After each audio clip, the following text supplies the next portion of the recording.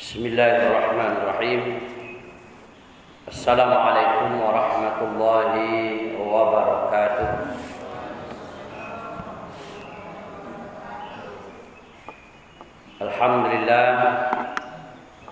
Alhamdulillahillazi an'amana 'alaina bi ni'matil iman wal islam. Asyhadu an la ilaha illallah wahdahu la syarikalah. Wa asyhadu anna Muhammadan 'abduhu wa rasuluh sallallahu alaihi wasallam la nabiyya ba'da.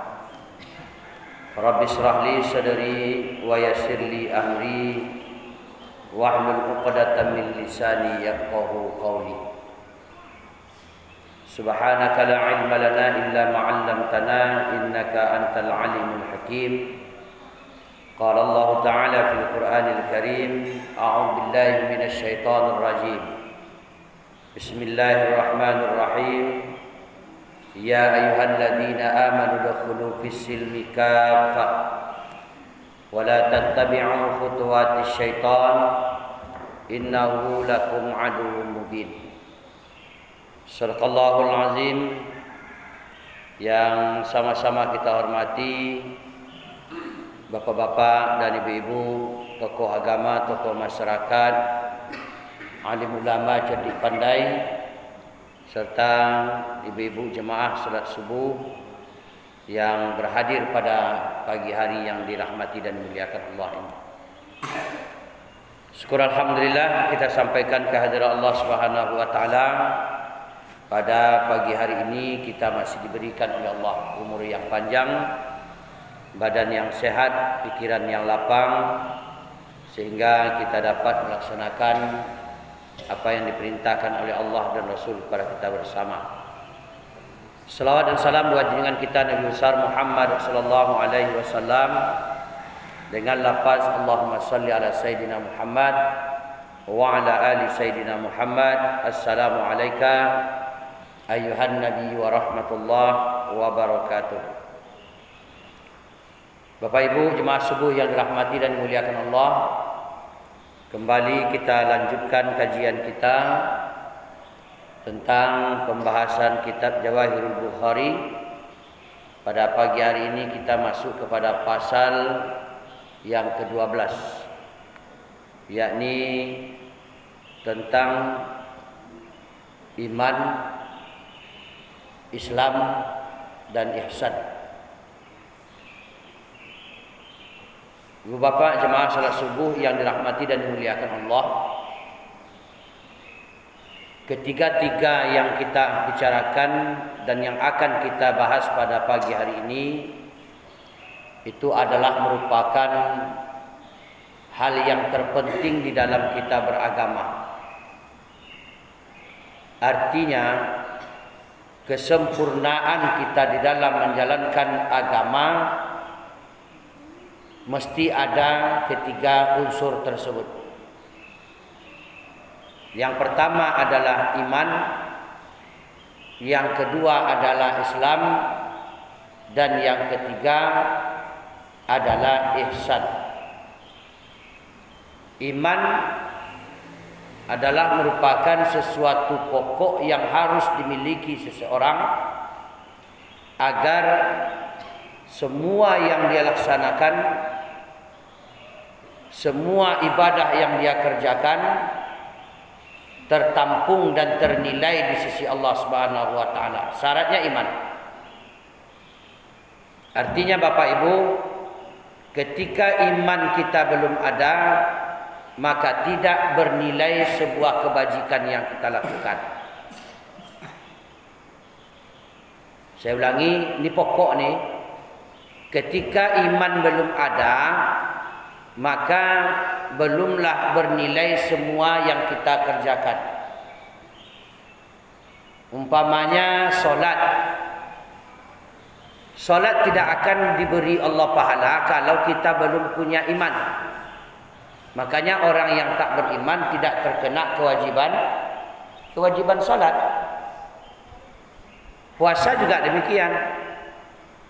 Puasa tidak akan ada nilainya di sisi Allah kalau kita belum memiliki iman. baru diberi pahala, baru dinilai kalau kita sudah punya iman. Nah, demikian pun ibadat. Karena ibadat itu adalah merupakan isi daripada agama Islam itu. Amal soleh, amal kebajikan yang diperintahkan kepada setiap kita, maka itulah yang disebut dengan ajaran agama Islam. Nah, kemudian baru yang ketiga. Yang ketiga itu ihsan. Ihsan itu adalah merupakan puncak dari iman dan Islam itu, yang sudah memberikan pengaruh terhadap diri dan jiwa seseorang, sehingga dia dalam melaksanakan iman dan Islamnya itu tidak ada untuk yang lain kecuali hanya untuk Allah Subhanahu wa taala. Itulah yang ihsan itu. Bapak Ibu jemaah salat subuh yang dirahmati dan dimuliakan Allah Subhanahu wa taala. Makanya dalam sebuah hadis yang dijelaskan dan disampaikan, yang diriwayatkan oleh Imam Bukhari itu untuk kita semua, bunyi hadisnya itu, hadisnya agak panjang nih Bapak dan Ibu. Kita baca saja. An Abi Hurairah radhiyallahu anhu qala kana an-nabiy sallallahu alaihi wasallam bariza yauman linnas fa'atahu rajulun faqala mal iman. Dari Abi Hurairah radhiyallahu an, dia berkata, adalah Rasulullah sallallahu alaihi wasallam di tengah kumpulan manusia atau kumpulan banyak orang, macam sekarang inilah, sebuah perkumpulan di mana Nabi sedang menghadapi umat. Fa'atahu rajulun faqal, maka di saat itu tiba-tiba datang seorang laki-laki dan bertanya kepada Rasulullah sallallahu alaihi wasallam. Faqala mal iman, apakah yang dikatakan iman? Jadi di saat Nabi sedang menghadapi umat, tiba-tiba datanglah seorang laki-laki, kemudian langsung dia bertanya kepada Rasulullah, apa itu iman? Nah, ketika itu Rasulullah sallallahu alaihi wasallam menjawab, qala al-imanu an tu'mina billah wa malaikatihi wa biliqa'ihi wa birusulihi wa tu'minu bil ba's. Nabi menjawab, iman itu adalah bahwa beriman kamu dengan Allah, kemudian beriman kamu dengan malaikat, kemudian beriman kamu dengan pertemuan malaikat itu dengan Rasulullah sallallahu alaihi wasallam. Nah, dalam hadis yang lain atau dalam matan yang lain dijelaskan bahwa beriman kepada kitab, ya, kemudian beriman kepada Rasul, kemudian wa birusuli, dan kemudian beriman dengan Rasul yang diutus oleh Allah Subhanahu wa taala kepada manusia. Wa tu'minu bil ba's, kemudian dia beriman dengan hari berbangkit, atau dalam hadis yang lain atau riwayat-riwayat imam-imam yang lain, yaitu beriman dengan hari kiamat. Nah, jadi hadis itu kadangkala Bapak dan Ibu tidak dengan satu redaksi, tapi tujuannya sama.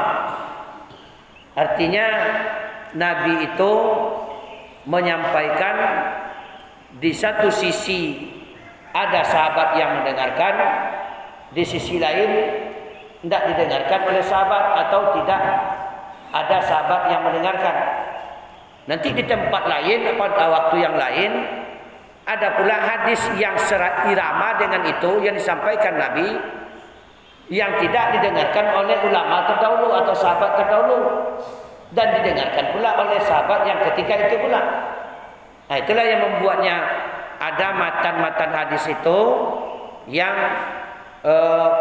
agak-agak berbeda, tapi tujuannya tetap sama. Ya, tujuannya tetap sama. Nah, seperti kalau yang sering Bapak Ibu dengar, ada hadis ketika Nabi didatangi oleh seorang laki-laki, kemudian Nabi ditanya, "Ma huwal iman?" Pakai huwa lah, Pak. Nah, kalau tadi enggak, mal iman, nah gitu aja. Nah, tapi ada hadis yang lain, "Ma huwal iman?" Apakah itu iman? Antu'mina billahi wa malaikatihi wa kutubihi wa rusulihi wa bi ba'si, ya, wa bil qada'i syarrihi khairihi wa syarrihi minallah. Nah, itu yang sehingga dirangkum itu menjadi rukun iman kita. Itu ada lagi hadis lain itu.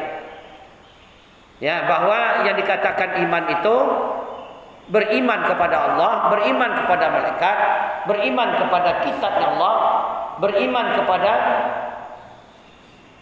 Rasul, beriman kepada hari berbangkit atau hari kiamat, kemudian beriman kepada qada dan qadarnya Allah, khairihi wa syarrihi, baik itu qada yang baik ataupun qada yang buruk, minallahi taala, datangnya dari Allah Subhanahu wa taala. Itu dalam bentuk hadis yang lain. Nah, kemudian Bapak Ibu jemaah salat subuh yang dirahmati dan dimuliakan Allah, laki-laki itu lagi bertanya, "Qala mal Islam?" Apa itu Islam? Qala, Nabi menjawab, "Al-Islamu an ta'budallaha wa la tusyrika bihi." Yang Islam itu bahwa kamu sembah Allah Subhanahu wa taala dan kamu tidak mensekutukan Allah itu dengan sesuatu apapun juga. Wa tuqimus shalah wa tu'addiyaz zakat. Matulapun. Wal maqrudah wa tasumu Ramadan, bahwa mendirikan kamu akan sholat dan membayarkan kamu akan zakat yang difardukan dan berpuasa di bulan Ramadan. Nah, kalau di situ kita tengok tidak cukup, ada lagi yang kurang. Karena di dalam hadis yang lain juga dijelaskan bahwa yang dikatakan Islam itu antashhada alla ilaha illallah wa Muhammadar Rasulullah. Itu dalam hadis yang lain itu. Bahwa yang Islam itu bahwa bersaksi seseorang tidak ada Tuhan selain Allah dan Nabi Muhammad itu adalah utusan Allah. Kemudian mendirikan sholat, membayar zakat, berpuasa di bulan Ramadan. Nah, itu dalam hadis yang biasa kita dengar itu. Nah, kalau di sini yang pertama bunyinya adalah bahwa tidak menserikatkan kamu dengan sesuatu. Anta'budallaha wa la tusyrika bihi syai'a. Nah, bahwa kamu menyembah Allah dan tidak mensekutukan Allah dengan sesuatu. Tapi dalam hadis lain bunyinya bahwa bersaksi kamu bahwa tidak ada Tuhan selain Allah dan Nabi Muhammad itu utusan Allah. Maka oleh para ulama ini dirangkum menjadi sebuah inti yang menjadi rukun Islam kita, yakni Islam itu adalah mengucapkan dua kalimat syahadat. Karena menyembah Allah itu adalah merupakan juga kesaksian kita akan Allah Subhanahu wa taala. Nah, kemudian menyaksikan bahwa Nabi Muhammad itu utusan Allah. Maka disebutlah oleh ulama-ulama kita yang terdahulu dalam satu kalimat inti, yaitu mengucapkan dua kalimat syahadat. Itu jadi rukun Islam kita yang pertama. Kemudian dan mendirikan salat samanya, dan membayar zakat yang difardukan. Nah, artinya zakat yang diperintahkan kepada orang yang terkena oleh kewajiban zakat. Kemudian berpuasa di bulan Ramadan. Nah, ini hati-hati saja baru ini Pak. Belum urayan-urayannya lagi nih. Hati-hatinya aja. Kemudian laki-laki itu bertanya lagi kepada Rasulullah sallallahu alaihi wasallam. Qala mal ihsan. Dia berkata, laki-laki itu, apa yang dikatakan ihsan? Lalu Nabi menjawab, qala an ta'budallaha ka'annaka tarahu fa illam takun tarahu subhanahu wa ta'ala fa innahu yaraka. Ihsan itu adalah bahwa kamu menyembah kepada Allah seakan-akan kamu melihatnya. Namun jika kamu tidak melihat Allah Subhanahu wa taala, fa innahu yaraka. Nah, itu yang dikatakan ihsan. Terkait dengan masalah kedalaman kepahaman seseorang di dalam menjalankan ibadah. Nah, jadi di situ letaknya Bapak dan Ibu, bahwa orang dalam menjalankan ajaran agama itu tak semuanya sama. Artinya tingkat dan kapasitasnya. Kalau Islam kita sama-sama Islam, kalau iman kita sama-sama iman, tapi ihsan kita berbeda-beda. Ya, artinya apa? Ada orang yang dalam pahamnya tentang iman tadi, pahamnya mendalam tentang Islam tadi, sehingga apa yang tidak bisa dirasakan orang dia bisa rasakan. Nah, itulah yang ihsan itu. Jadi ada orang yang beribadat itu asal-asalan. Nah, misalnya kalau salat asal takbir sampai rakaat zuhur lah jadi itu. Lah dapat bacaan lah ya orang. Ah, lah baca Al-Fatihah, lah jadi itu. Nah, itu bagi orang yang pada tingkatan itu, itulah apanya? Islamnya. Tapi itu tidak berlaku bagi orang yang naik tingkatnya dari itu.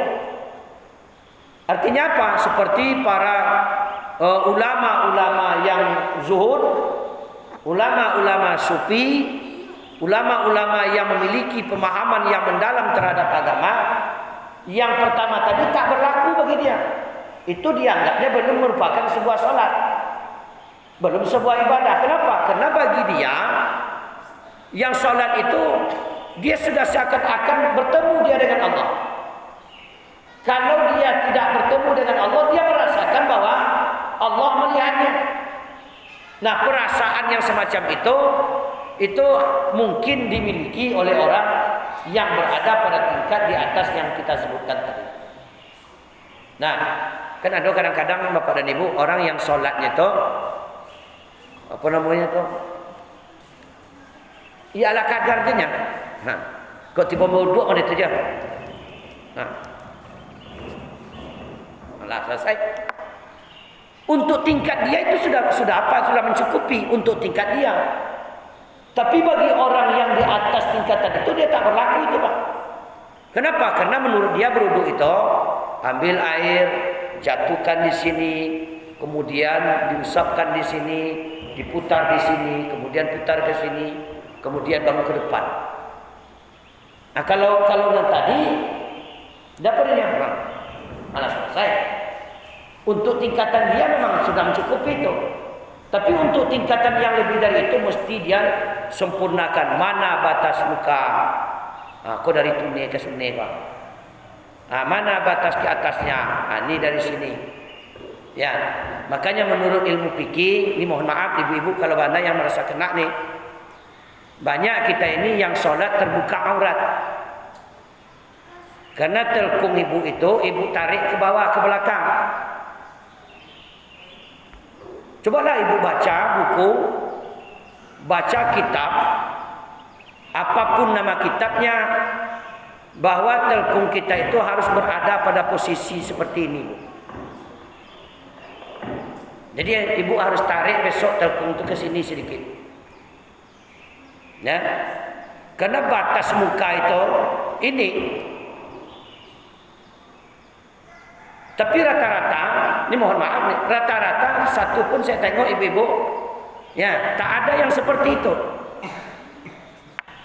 Nah mungkin selama ini tidak tahu Ustaz, ayalah tidak apa-apa.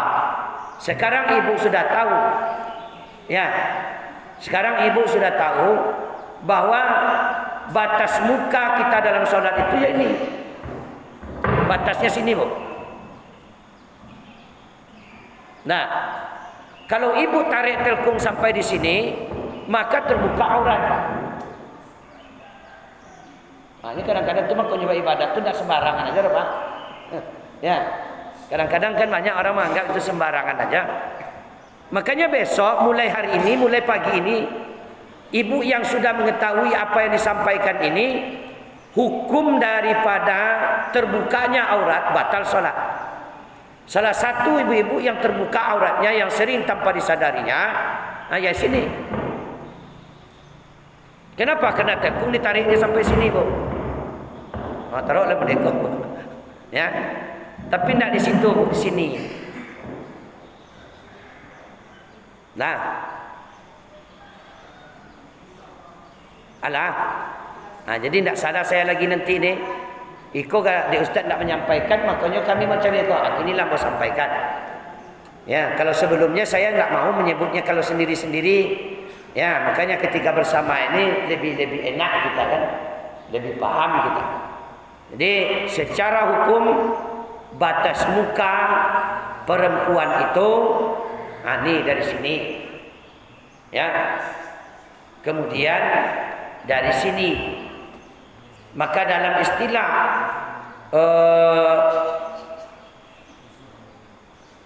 ilmu fikihnya menghindari dari pinggir larangan, tidak apa berlebih. Nah, itu. Jadi supaya kita tidak termasuk kepada yang apa, yang salah, makanya kita dilebihkan ke sini sedikit. Nah, jadi kita terlepas dari was-was. Kalau batas muka dari sini, aku tunai kok. Tapi tidak mungkin pula ditarik telakung itu sampai ke tunai itu. Nah, aku cukup sampai siko itu sudah mencukupi. Ya, lewat tunai itu ke siko, tidak masalah. Daripada lewat ke belakangnya. Nampak lubang telinga ibu-ibu sekali dan ini mungkin dia telakung lapang kan, dia ke belakang tu. Nampak lubang telinga, nampak bara-bara subangnya. Ya, justru itu lebih membatalkan sholat, makanya diberiakanlah ke depan sedikit, tidak apa-apa. Berlebih ke depan tidak masalah, tertarik ke belakang itu yang jadi masalah. Ya, baik itu yang perlu diapakan. Kemudian ibu-ibu jemaah muliakan, kemudian Nabi ditanya lagi.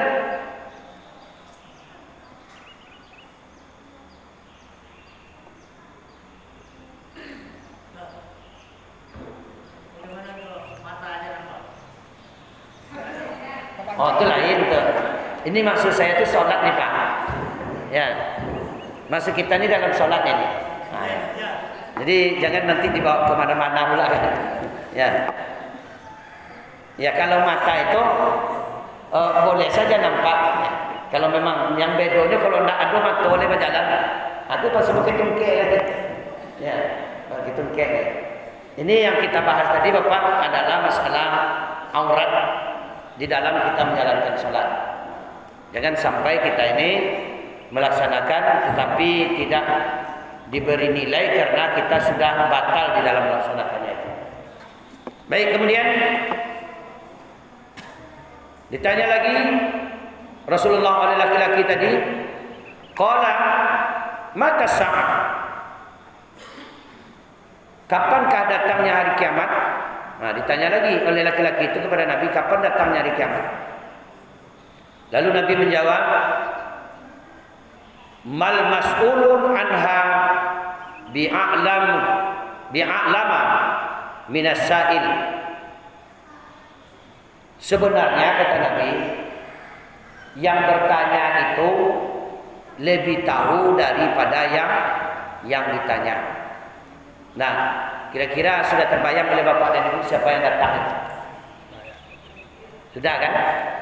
Rupanya yang datang itu Nabi sudah tahu adalah malaikat Jibril, diutus oleh Allah kepada Rasul tentang apa yang disebutkan dengan iman, apa yang dikatakan dengan Islam, apa yang dikatakan dengan ihsan, supaya orang yang berada di sekitar Rasulullah saat itu mereka mengetahui tentang itu. Maka diutuslah oleh Allah malaikat Jibril, tanya iko, sehingga nanti Nabi itu menjelaskan orang di sekitarnya mengetahui. Nah, jadi itulah yang sering saya sampaikan itu sebetulnya secara tersirat. Kalau ingin Bapak Ibu lebih banyak mengetahui tentang agama itu, banyak tanya Pak. Banyak tanya.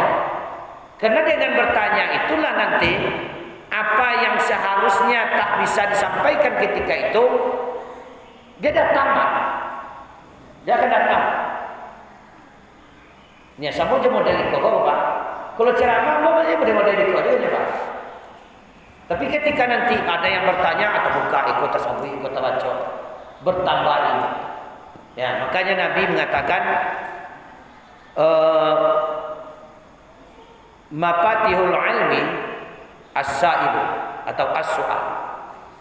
Anak kunci daripada ilmu itu sebetulnya banyak bertanya. Jadi bertanya itu bukan berarti kita menguji, bukan mengetes, tetapi betul-betul kita bertanya lantaran tidak mengetahuinya. Dan kadang-kadang bertanya mentes, dites ini orang kan. Nah, tapi tidak apa-apa juga. Memang kadang-kadang memang perlu dites juga, ya, perlu dites juga. Kadang kan banyak orang yang mengaku awak bisa, awak pandai, awak coba tes. Ya, jadi bertanya itu adalah merupakan anak kunci.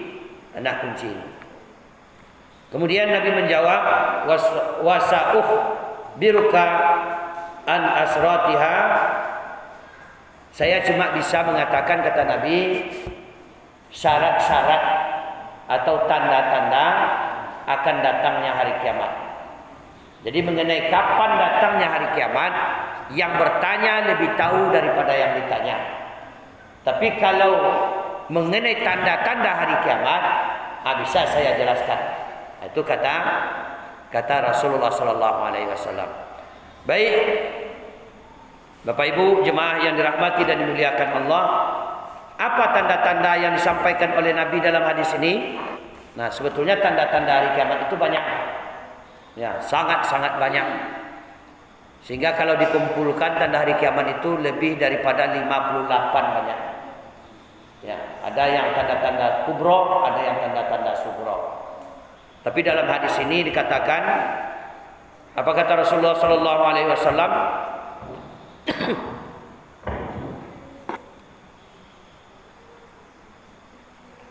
Iza waladatil amatu rabbaha. Tanda yang pertama adalah apabila seorang budak melahirkan anak tuannya. Nah, kok bahasanya agak dalam nggak Pak? Apabila seorang budak melahirkan anak tuannya. Nah, maksudnya apa ini? Banyak. Oh, banyak. Ya. Artinya apa?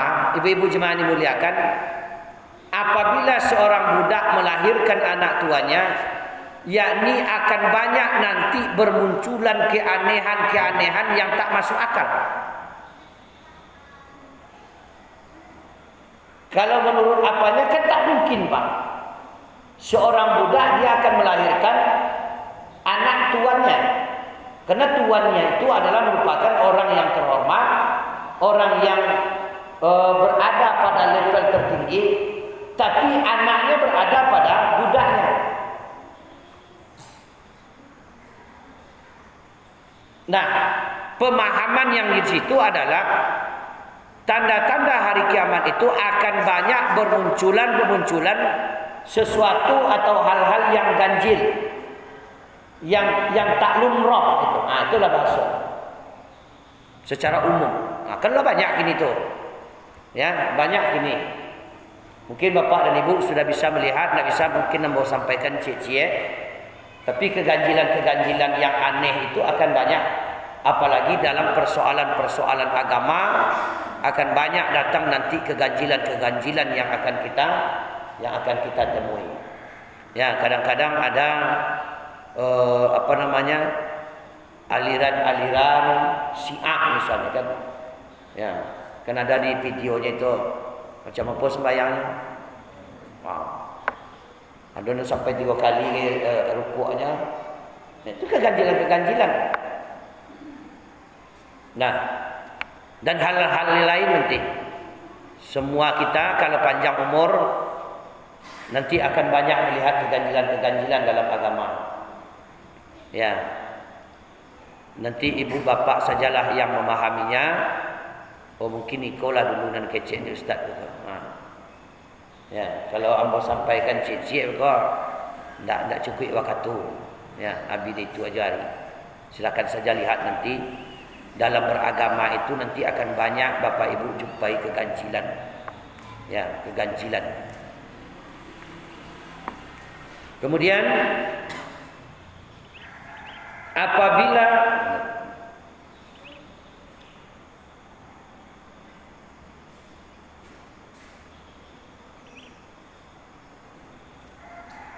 wa iza tatawala ru'atul ibli al-buhma bil bunyan.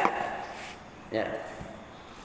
Tanda yang kedua kata Rasul yaitu apabila para pengembala sapi mereka berlomba-lomba membuat bangunan gedung. Ya. Kok bahasa apa juga Pak? Bahasa kinayah aja sebetulnya ini. Makanya kadang-kadang bahasa kinayah itu kan banyak kita manusia pun tidak mengerti. Kalau dulu orang-orang tua kita dahulu membuat adat istiadat itu kan berdasarkan agama. Makanya kadang-kadang ada kata-kata majas. Kalau orang-orang tua dahulu biasanya kalau berang kan tidak langsung berang ya Pak. Pakai majas kan.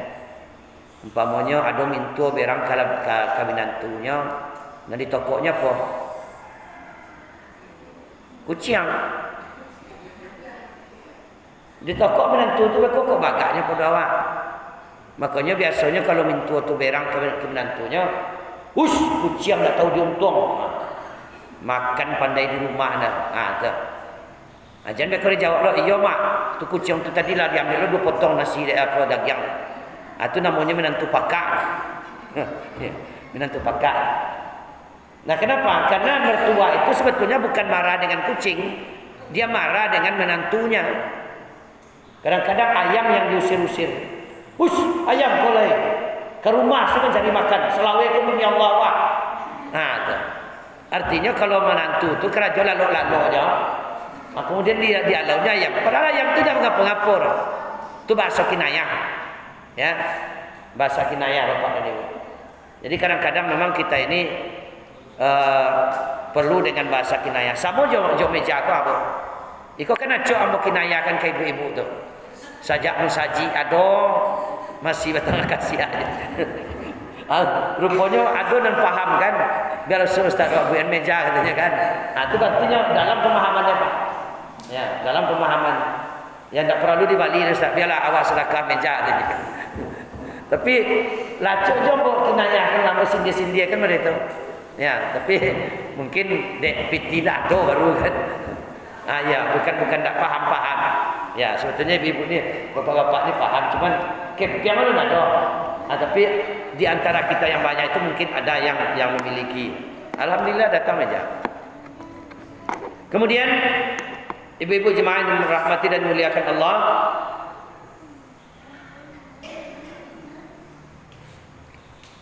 kemudian ada 5 pokok. Ada 5 pokok di mana tidak akan diberitahukan kepada manusia dan ilmu itu hanyalah Allah yang mengetahuinya.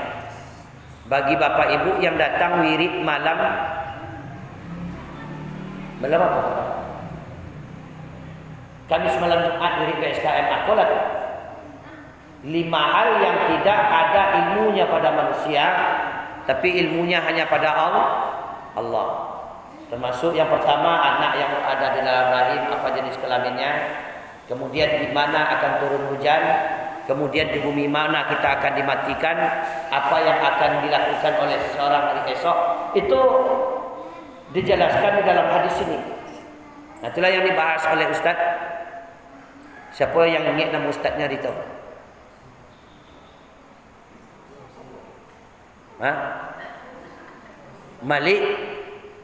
Malik Husin.